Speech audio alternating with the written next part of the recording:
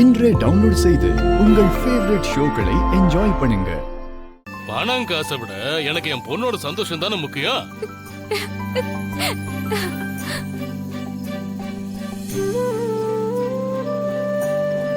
ஹரி தம்பி, நான் உங்க வீட்டுக்கு வந்து பேசுறேன். நிஜமாவா அங்கிள்? அம்மா, உங்க வீடு எங்க இருக்கு? என் வீடு தாம்பரத்துல இருக்கு அங்கிள். அப்பா அம்மா என்ன பண்றாங்க? அப்பா ரிட்டையர் ஆயிட்டாரு. வருமானத்துக்கு என்ன பண்றீங்க? அவருக்கு கொஞ்சம் பென்ஷன் வந்துட்டு இருக்கு அங்கிள். அதை வச்சுதான். வீடு சொந்த வீடா தம்பி? இல்ல இல்ல அங்கிள், வாடகை வீடு தான். உங்க கூட பிறந்தவங்க எத்தனை பேரு? கூட பிறந்தவங்க யாரும் இல்ல, நான் ஒருத்தன் தான். நீங்க என்ன பண்றீங்க? நான் படிச்சுக்கிட்டு இருக்கேன் அங்கிள். படிச்சுட்டு இருக்கும் போது கல்யாணம் பண்ணா என் பொண்ணை எப்படி காப்பாத்துவீங்க? உங்க படிப்பு எப்ப முடியும்? இன்னும் ஒரு வருஷம் இருக்கு அங்கிள். அப்ப படிப்பை முடிச்சிட்டு தானே வேலைக்கு போகணும். ஆமா அங்கிள். சரி, இப்பவே கல்யாணம் பண்ணிக்கிட்டு என் பொண்ணை எப்படி காப்பாத்துவீங்க? அதான் அப்பாவோட பென்ஷன் பண்ண வருதே. எது? அதோட பார்ட் டைம் ஜாப்பும் போவேன் அங்கிள். கண்டிப்பா உங்க பொண்ணை நல்லபடியா பாத்துப்பேன். அப்பா, நானும் வேலைக்கு போவேன்ப்பா. இப்போ பணம்லாம் ஒரு பிரச்சனையே இல்லப்பா. தயவு செஞ்சு எங்களை சேர்த்து மட்டும் வச்சிருங்கப்பா. சரி தங்க, நீ இதுக்கெல்லாம் கவலைப்படாத. முதல்ல இந்த விஷயத்தை நாம போய் ரகுராமன் கிட்ட சொல்லி நாளைக்கு நடக்க இருக்கிற கல்யாணத்தை நிறுத்துவோம். தம்பி, ஒரு 10 நிமிஷம் நீங்க இங்கே வெயிட் பண்றீங்களா?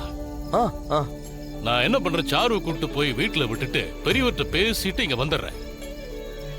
அதுக்கப்புறம் உங்க 2 பேரோட கல்யாண விஷயத்தை பத்தி பெரியவர்கிட்ட பேசுவோம். சரிங்க அங்கிள், நான் இங்கே வெயிட் பண்றேன். நீங்க போயிட்டு வந்துருங்க. சரி தம்பி. சாரு போயிட்டு வா. தங்கம், வாமா. ஹரி, அப்பாவே சொல்லிட்டாருல்ல, இனி எல்லாமே நல்லபடியா நடக்கும். கான்ஃபிடென்ட்டா இரு. Okay sir. சரி, வந்துடுறேன். சரிங்க அங்கிள். வாமா. சாருமா, நீ நிஜமாவே அந்த பையனை தான் கல்யாணம் பண்ணிக்கணும்னு மனசார நினைக்கிறியா?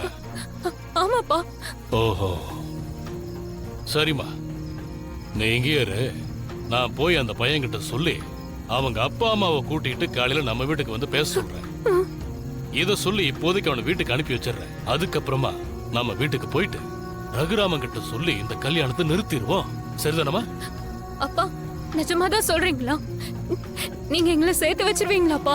ஆமாண்டா தங்கம், அப்பா மேல நம்பிக்கை இல்லையா உனக்கு? ஐயோ, எவ்வளவு தூரம் சொல்றேன். எனக்கு என் சந்தோஷத்தை விட உன் சந்தோஷம் தான்டா முக்கியம். நீ இங்கே இரு, என்ன நான் அவங்ககிட்ட பேசிட்டு வந்துடுறேன்.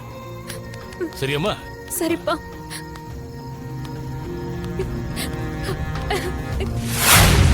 சாருக்கு என்ன ரொம்ப பிடிச்சிருக்கு. நாங்க கல்யாணம் பண்ணிப்போம்.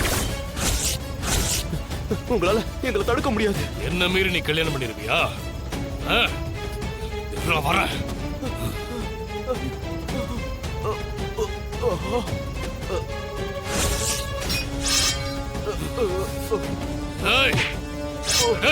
சொல்ல சொல்ல என் பொண்ணை கட்டுவ நான் சொல்றேன்.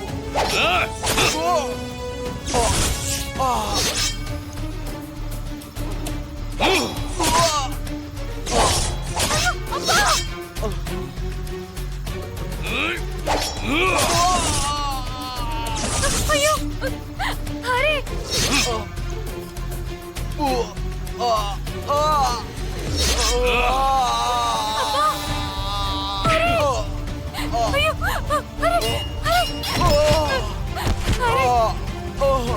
ஹரி. ஹரி, என்னடா ஆச்சு?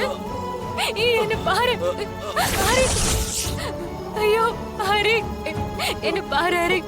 ஹரி ஹரி ஹரி, இங்க பாரு ஹரி. ஹரி ஹரி ஹரி, என்ன பாரு. ஐயோ ஹரி. தங்கோ, வா. யோ, எந்திரிச்சு வா. இப்படி நம்ப வச்சு அவனை கொன்னுட்டல்ல, நான் உன் கூட வர மாட்டேன். விடியா. எந்திரி, உனக்கும் சீனுக்கும் தான் கல்யாணம். வா.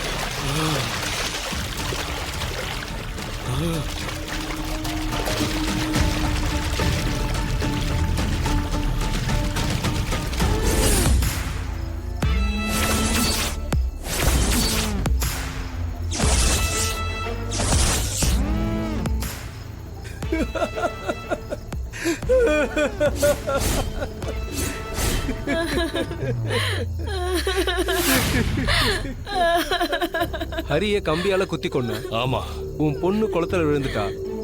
அதுக்கப்புறம் என்னாச்சு? குளத்துல இறங்கி என் பொண்ணு உடம்ப கரை சேர்த்த. தொட்டு பார்த்ததுல மூச்சு இல்ல, அவ செத்துட்டா. கத்துன, கதறுன, வேற என்ன செய்ய முடியும்? அவ போய் சேர்ந்துட்டா. அப்புறம் என்ன பண்றதுன்னு யோசிச்சேன். ஊர் ஆளுங்க 2 பேருக்கு பணம் தரேன்னு சொல்லி வர வச்சேன். என் பொண்ணு சாவுக்கு ரகுராமும் சீனும் தான் காரணம்னு அவ கையெழுத்து மாதிரி நானே எழுதி ஒரு பிளாஸ்டிக் கவர்ல போட்டு அவ கையில திணிச்சிட்டேன். ஆளுங்க உதவியோட அவளை தூக்குல தொங்க விட்டுட்டேன்.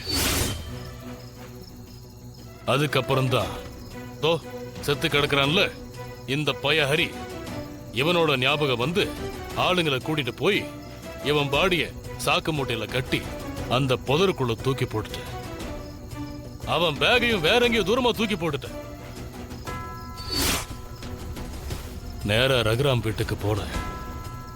யாருக்கும் தெரியாம அவர் வீட்டுக்கு வெளியில ரத்தக்கரை படிஞ்ச என் வேட்டி சட்டைய கழட்டி தூக்கி எரிஞ்சிட்டேன். வேற புது வேட்டி சட்டையை எடுத்து கட்டிக்கிட்டு ஒன்னும் தெரியாத அப்பாவிய கல்யாண வேலை பார்க்க ஆரம்பிச்சிட்டேன்.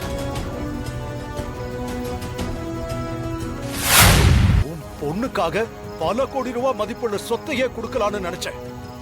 அறிவும் பொண்ணு மேல எவ்வளவு அன்பு வச்சிருந்தான்னு தெரியுமா?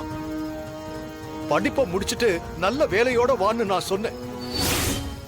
ஆனா உன் அவசர புத்தி, பேராசை, கெட்ட குணம் 2 அப்பாவி பிள்ளைகளை கொண்டுட்டேலடா நீ. கௌரவ கொலை பண்ற அளவுக்கு அவ்வளவு கல் நெஞ்சுக்காரனா நீ? சாரு, நீ பெத்த பொண்ணு தானே. அவ ஆசையை நிறைவேற்றணும்னு உனக்கு தோணலையா? என்கிட்ட வந்து சொல்லிருந்தா சொத்து பத்தையெல்லாம் எழுதி வச்சு அவள வசதியா வாழ வச்சிருப்பேனடா.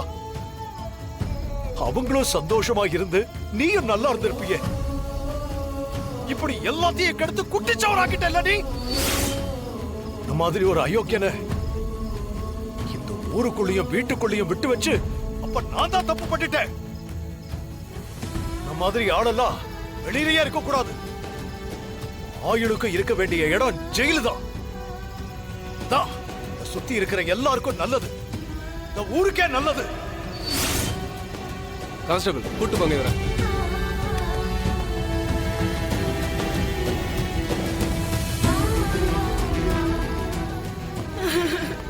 ஹரி